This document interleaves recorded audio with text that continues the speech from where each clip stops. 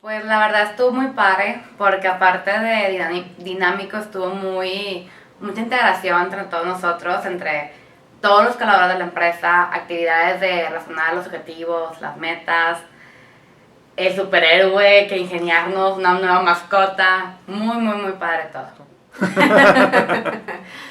No, pues la verdad es que sí, recomiendo mucho la experiencia. La actividad fue bastante satisfactoria, fue muy bonito. Realmente los equipos se integraron, fueron equipos interdisciplinarios y realmente se generó un momento de diversión, de aprendizaje y por sobre todo de mucho compañerismo.